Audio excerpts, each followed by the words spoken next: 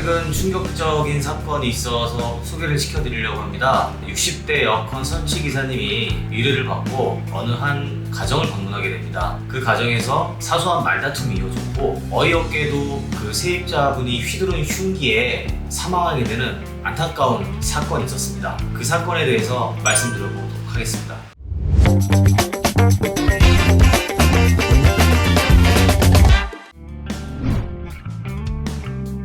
이 한마디만 기억하시면 될 것 같아요. 60대 에어컨 설치 기사님이 과연 업무와 관련이 있어서 돌아가신 것인가 아닌 것인가 관점에서만 보시면 됩니다. 이 사안에서는 후속 처리와 관련된 다툼이 있었고 이 다투는 과정에서 흉기를 휘두르게 되고 감정이 격해지게 되면서 큰 사고가 발생하게 되었습니다. 그러면 이 사안 자체를 업무와 관련이 있다고 봐야 되는 건지 아닌지 이 부분을 파악하면 될 것인데요. 당시에 에어컨을 설치하는 과정에서 부산물인 쓰레기가 나오게 된 것입니다. 당연히 설치하는 과정에서 나온 것이기 때문에 에어컨 기사님의 업무가 시작되지 않았으면 발생되지 않았을 부산물이 되는 거죠. 그렇기 때문에 업무와 관련이 있다고 해석할 수 있는 거죠. 그 감정 이전에 발단이 된 사건이 무엇이다? 쓰레기 부산물, 그것을 방 안에 어질러 놨다는 거죠. 그것으로 인해서 기분이 나빠졌고 감정이 격해지면서 불행한 사고까지 이어지게 됐는데요. 그 감정을 촉발시킨 것은 업무상 원인이 먼저였다, 이렇게 봐야 되는 거죠.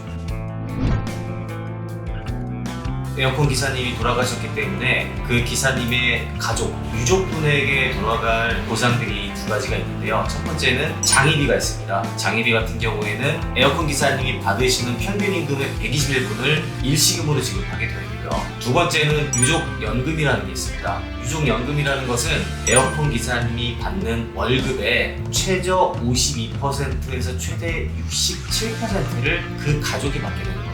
가족의 범위는 배우자가 될 수 있고요. 그리고 자녀 같은 경우에는 26세 미만까지, 부모님 같은 경우에는 65세 이상, 그 수급권자의 범위에 포함될 수 있습니다. 따라서 돌아가실 때까지 연금 형태로 받으실 수 있는 거죠. 그 다음에 민사적으로는 손해배상을 청구할 수 있습니다. 그 손해배상이라는 건 뭐냐면은 근로자가 일을 할 때 그 사업장이나 어떤 구역 안에서 안전하게 일을 할 수 있게끔 근로 환경을 반드시 조성해 줘야 되는 거예요. 이것이 위배됐을 경우에 산재 보상 외에도 사업주에게 민사적으로 손해배상을 청구할 수 있는 것이고요. 이 사안에서는 제3자로 인해서 직접적으로 사고를 당하신 거기 때문에 그 가해자를 상대로 민사상 손해배상 청구를 별도로 할 수 있습니다.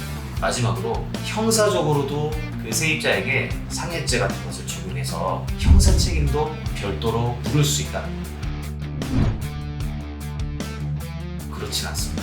법의 목적과 보상금의 취지 자체가 다르기 때문에 예를 들어서 형사 합의금을 받는다 하더라도 그것은 민사상의 손해배상과 영향을 미치지 않습니다. 다만 민법상 손해배상과 산재법상 산재보상은 어느 정도 겹치는 부분이 있기 때문에 그 겹치는 부분에 한해서는 이중보상이 되지 않고 공제가 돼서 나머지 차익분만 지급된다는 개념이다라고 생각하시면 될 것 같아요.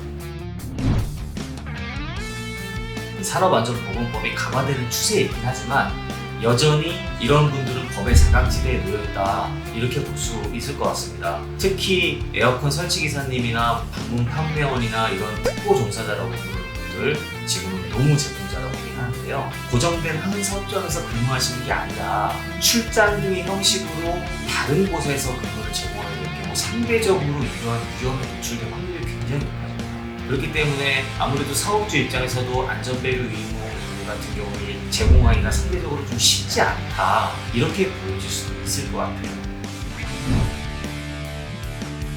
우리 현재 산업안전보건법 같은 경우에는 감정노동자를 보호하기 위해서 만든 규정이 있습니다. 이 규정에 보시게 되면 감정노동자를 보호하기 위해서 사업주는 안내문 게시 혹은 전화를 하게 되면 안내 멘트가 나가게 되고요. 그 다음에 관련된 교육을 실시하게 되어 있습니다. 만약에 이런 예방 조치들을 잘 실시하지 않거나 미흡하다고 판단되어지면 사업주 입장에서는 1,000만 원 이하의 과태료를 물게 될 수도 있어요. 그리고 이 사안에서 잠깐 보시게 되면 고객들과 감정이 좁혀져서 신변의 위협을 느끼게 되고 상해의 가능성까지 예상이 된다고 했을 때 사업주는 즉시 작업을 중지시키고 그 근로자를 대피시켜서 보호해야 될 의무가 있고요. 다만 물리적으로 그렇게 하기 어렵지 않습니까? 그러면 스스로 판단했을 때 내가 굉장히 위험한 상황에 노출되어 있구나, 나의 안전이 위협받는구나 라고 느껴지는 순간 언제든지 그 현장을 이석해서 안전을 확보하실 필요가 있고요. 그 즉시 사업주에게 후 보고를 해서